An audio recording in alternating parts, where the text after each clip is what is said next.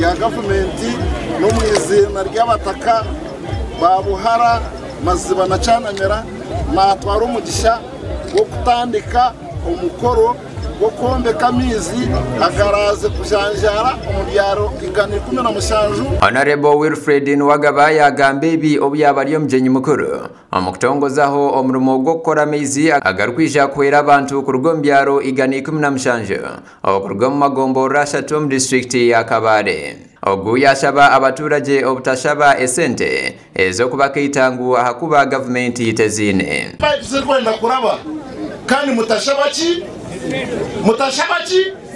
ahubwo kuba ejo aspect ya conversation tezeki twakikiriza abari kujana muza kwikiriza zarabe mutashabera sente mwereze mukono turebe ra design n'abantu bwena aba to bashanga mu buntu bayesa bizga rungisha batubine bizi koka harmu households ngachikumi na households ngabibiri estine na kabuyonjo bazumbwira buturuma hati households bibiri umbwiro umchanga kito tukuraba estine kabuyonjo ndishaba twareta mizi turakweta mizi bayonjo ukamkwenda sanitation ni byona ubukozese rwituraringe uburara bwona.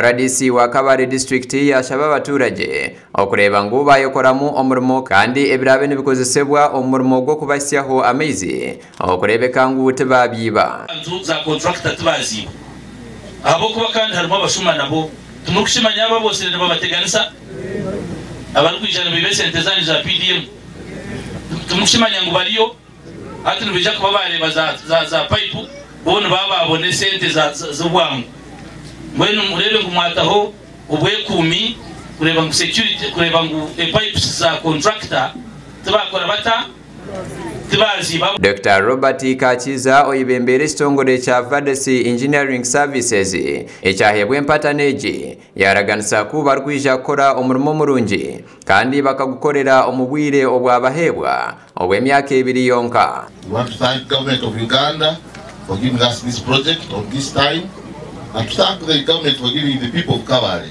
of this area good water. Water is life. Let's keep it clean, let's enjoy it, let's use it.